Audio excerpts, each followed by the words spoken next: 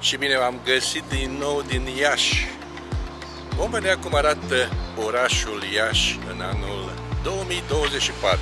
Suntem în luna mai și mă aflu în spatele sau în fața Teatrului Național din Iași. Așadar, să facem o scurtă vizită prin acest frumos oraș european, să vedem ce s-a schimbat de la ultima noastră filmare. Vizionare plăcută!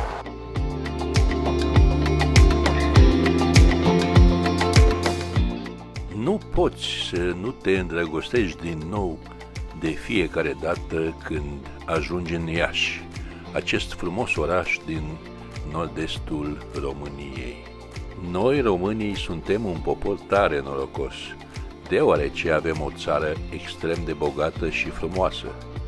Este adevărat că lipsurile mai există, dar cine își mai amintește de ele atunci când are în față frumusețea plaielor mioritice sau splendoarea clădirilor, care au atâtea povești ascunse.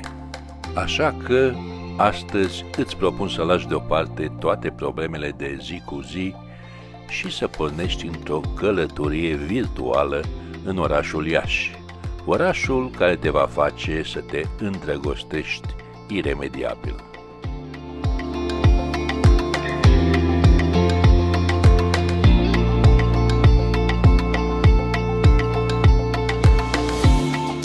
Fiecare stradă din Iași spune o poveste despre vremurile de altădată.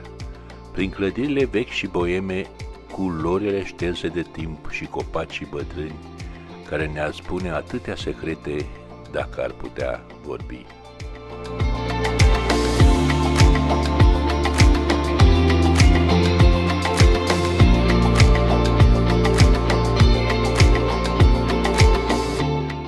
Ce vei găsi în Iași dacă vii să vizitezi acest frumos oraș? Clădiri superbe, oameni veseli și zâmbitori, străduțe pitorești și piețe mari unde uiți noțiunea timpului și unde fiecare pas te poartă către un alt câmpei de istorie sau de legendă. Un loc unde tradiționalul și cosmopolitul, străvechiul și modernul petrec la aceeași masă.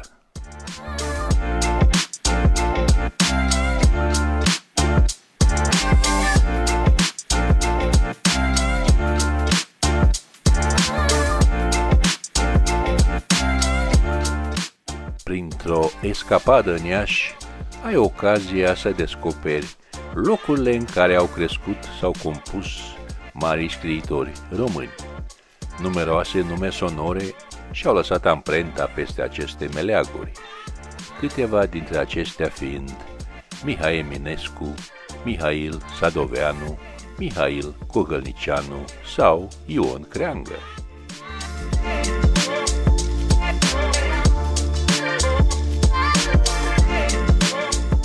Spatele meu este Palace Mall, pe locul căruia a fost cândva strandul din Iași, teatrul de vară din Iași.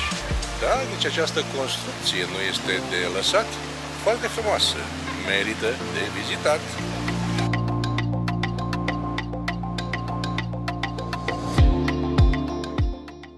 Când ajungi prin Iași, nu trebuie să omiți să vizitezi Palatul Culturii, o clădire emblematică construită în perioada 1906-1925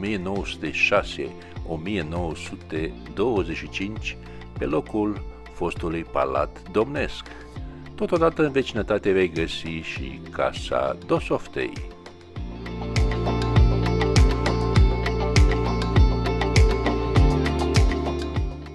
Nu departe, pe bulevardul Ștefan cel Mare și Sfânt, vei găsi Mănăstirea Sfinții Trei Ierarhi, un monument de arhitectură situat în centrul tradițional al Iașului, combinând structuri și forme tradiționale cu materiale prețioase și o decorație fastuoasă.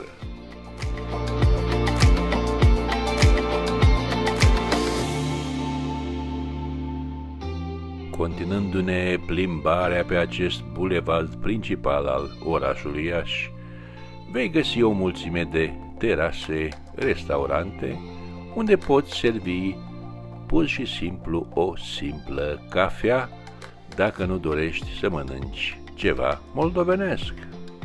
Imediat în vecinătate vei găsi Catedrala Mitropolitană din Iași, de asemenea Primăria orașului Iași, o clădire monumentală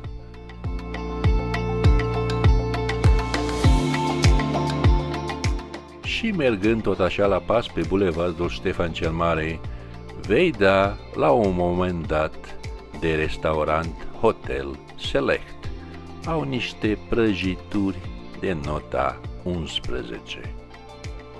În Piața Unirii, dacă o iei pe strada Lăpușneanu, vei găsi cu siguranță faimoasa berărie Corso.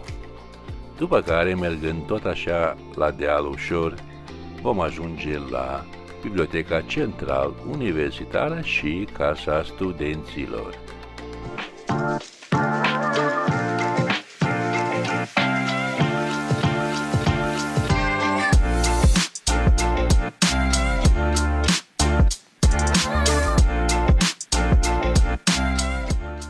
Dar până aici mai avem încă câteva obiective importante de vizitat. Pe strada Lăpușneanu, Hotelul Traian, în imagine acum.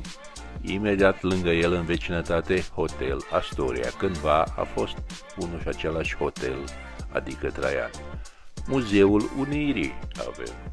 O mulțime de obiective pe această stradă veche. Cinema Victoria, aici unde a fost odată cinematograful Victoria. Hotelul Unirea, un hotel de 4 stele emblematic din Iași. Piața Unirii, toate acestea aflându-se în zona centrală a orașului Iași, o zonă unde veți găsi de asemenea o mulțime de restaurante, baruri și locuri de petrecere a timpului liber.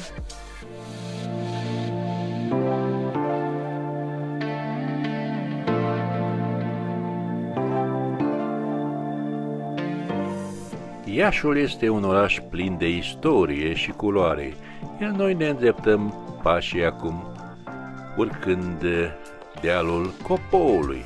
Vom merge în Parcul Copou și în Parcul Expoziției. Două parcuri mari ale orașului Iași, parcuri unde vei găsi foarte multă verdeață și nu numai.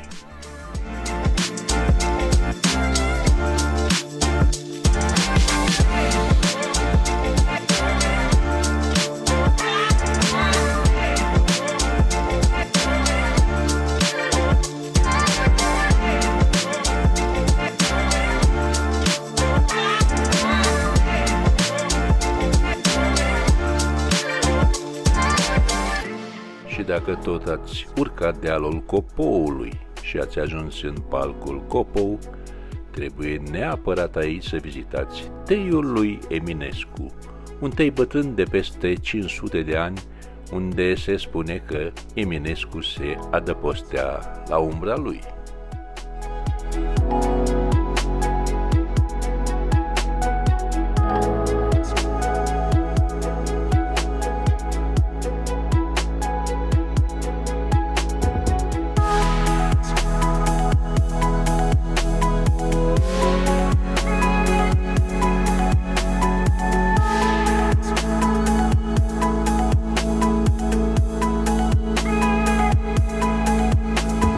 Filmulețul nostru de astăzi din frumosul oraș Iași, chiar aici în Parcul Copou, un parc deosebit de frumos.